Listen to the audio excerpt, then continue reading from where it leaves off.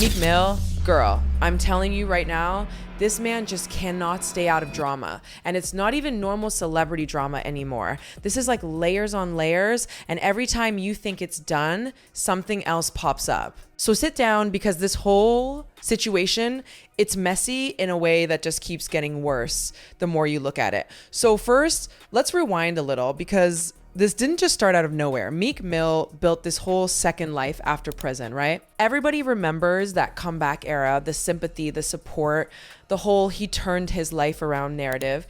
And honestly, he did move smart at first. He linked up with billionaires. Powerful people, started moving in rooms that most rappers don't even get access to. I'm talking about people like Michael Rubin, Jay-Z, Robert Kraft, like real money, real influence. And that's where it gets interesting, because that same world that helped elevate him is now the exact world dragging his name through all of this. Now, fast forward to early 2024, this is when everything starts bubbling. A man named Rodney Jones, also known as Lil Rod, files this massive lawsuit against Diddy. And inside that lawsuit, there's this description, not a name, just a description. A Philadelphia rapper dated Nicki Minaj, allegedly involved in some very questionable situations with Diddy. Girl, the internet did not take long. Like within hours, everyone was like, okay, who else could that even be? And Meek Mill's name just got attached to it immediately, not officially, not legally, but socially. Oh, it was locked in. And Meek, instead of staying quiet, he jumps online the very next day, like, I'm putting $100,000 on the table for an investigation to clear my name.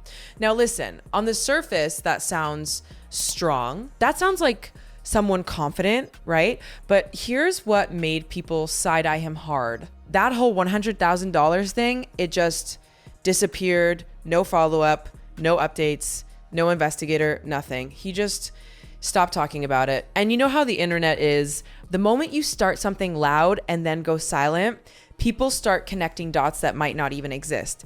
Then he posts something else. And this is where people really started getting uncomfortable. He basically said he hopes Diddy didn't do most of what he's accused of. And this is after that Cassie video was already out there, like people had seen the footage. So for him to publicly support Diddy in that moment, it did not land well at all. And that's when the attention shifted from just rumors to like, okay, why is Meek moving like this? Now let's talk about the audio. Because, girl, this is where things went completely off the rails. There was this clip going around, super explicit, allegedly Meek and Diddy in a private situation. Everybody was sharing it, reacting to it, breaking it down like it was some kind of evidence. But here's the truth that a lot of people ignore. That audio was never verified. Not by law enforcement, not by any major outlet, nothing. Some investigations even suggested it was AI generated, like literally fake, made for shock value. But see, once something like that goes viral, it doesn't matter if it's fake. The damage is already done. People hear it, they remember it, and every time Meek's name comes up, that audio comes back with it. And Meek kept denying everything, saying it's a campaign against him, bots pushing narratives, people trying to destroy his image. And honestly, some of that could be true. The internet does love to dogpile, but then comes Nicki Minaj. And you already know when Nicki starts talking, people listen. So Nicki and Meek had history, right? They dated for a couple years and their breakup was not pretty, like at all. So when she started going live and making comments, it didn't feel random. It felt personal, like she had been holding things in. She starts saying Meek changed when he got deeper into Diddy's circle, that his behavior shifted, that he got used to certain lifestyles, certain people taking care of him financially. And then she hints at something bigger, like powerful men, private situations, things happening behind the scenes that most people don't see. Now, she never directly said Epstein. She never named it like that. But the way she was talking, the timing, people put it together on their own, especially because this was right when Epstein discussions were everywhere again. And that's the thing with all of this. Nobody is saying everything outright. It's all hints, timing, connections, and the internet fills in the blanks. And once that starts happening, it's almost impossible to control the narrative anymore. Meek Mill, because once Nicki Minaj opened that door even a little, other people started stepping in like they had something to say too.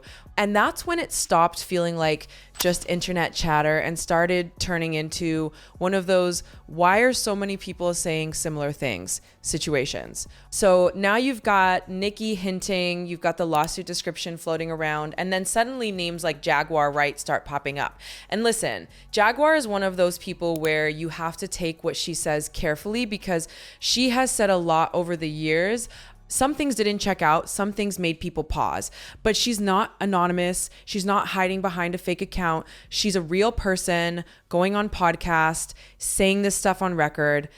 And what she said, she claimed that Meek Mill's situation, the way he moved in certain circles, was already known in industry spaces, especially around Philly. Like not a secret, just something people didn't talk about publicly. And again, nobody is dropping hard proof, but when multiple people from different angles are all pointing in the same direction, people start paying attention. Then you had moments like Soulja Boy going live and someone brings up closeted men in the industry. And instead of answering normally, he keeps repeating, "We don't know nothing about that," over and over. And the chat, they already knew who he was talking about. It was one of those situations where nobody says the name, but everybody understands. And this is how Meek's name just kept getting pulled back into the conversation. It never fully left. Now let's go back a bit because this part right here is wild and it actually has documentation behind it. Meek Mill's birthday party in 2014. This wasn't just any party. This was a full-on mansion situation in Las Vegas, like a $7.5 million property, celebrities everywhere, and Diddy basically running the whole thing. Now, here's where it gets strange. The property manager later talked about what he saw after the party. And girl, it wasn't normal party mess. He described broken bottles everywhere, substances on surfaces, lubricant on furniture. Like it sounded chaotic in a very specific way. But the detail that really stuck, Diddy had new locks installed on every room before the party even started. Only he had the keys. And there were smoke detectors placed all over the property. And the manager said he believed those detectors could have been cameras. Now, back in 2014, that might have sounded like a stretch. Like, okay, maybe he's exaggerating, but fast forward to everything that came out in the Diddy case, locked rooms, recordings, private footage being used as leverage. Suddenly that story doesn't sound so crazy anymore. And Meek was there. That's the part people don't ignore. Then we move into the Michael Rubin situation. And this is where things shift from industry gossip into something a little more uncomfortable. Because Rubin isn't just some random rich guy. He's a billionaire. He's deeply connected. He's the kind of person who throws parties where every powerful person shows up. And Meek, that's his guy. They co-founded Reform Alliance together. They're always seen together. Photos everywhere, events, vacations, all of that. Now here's the part that changed everything in 2026. Rubin's name showed up in Jeffrey Epstein's contact book. Not rumors, not speculation. Public record, searchable. Anybody can look it up. And immediately people started looking at Meek differently. Not because Meek was named anywhere, but because of proximity, because of who he's around, who he's aligned with, the rooms he's in. And then there's that viral video from Rubin's all-white party in the Hamptons. You know the one, Meek Mill doing that bunny hop, performing in front of a room full of billionaires. Rubin joked it was a tennis bet, but the internet, they didn't see it as a joke. Nicki Minaj comes back into the conversation again and calls it a humiliation ritual. Says this is how powerful men keep control, by making certain people perform, by putting them in situations where they look a certain way publicly. And once she said that, that clip hit different, because now it wasn't just a funny moment. People started analyzing it like, wait, why does this feel off? And again, no direct proof of anything illegal, but the optics, the timing, the connections, it all just started stacking on top of each other. And this is where the Epstein conversation really starts getting loud. Because once those files started getting released, people weren't just looking for names. They were looking at networks, who knows who, who's been seen where, who's connected to who. And Meek Mill's name kept coming up in those conversations, even without being in the documents themselves. That's the part that really matters here. He's not officially listed, but he's orbiting people who are. And in 2024, you could still brush all of this off as rumors, exaggerations, people reaching.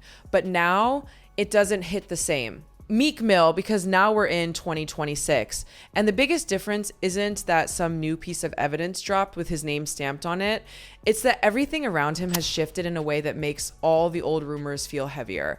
Back in 2024, Meek could still stand there and say, this is all fake, this is all noise. And a lot of people were willing to give him that benefit of the doubt. It was pre-trial, everything was still unfolding, nothing felt confirmed. But now, the Diddy trial already happened.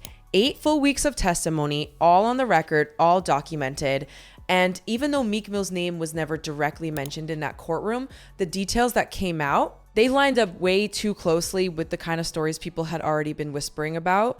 We're talking about locked rooms, recorded private activity, people being kept compliant through money and influence.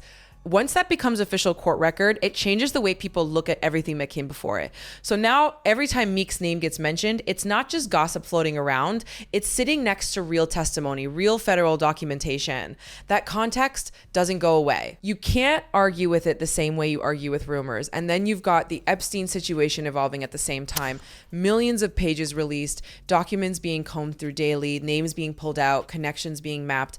And even though Meek Mill is not in those verified documents, let's be clear about that. His name is still getting dragged into the conversation because of proximity.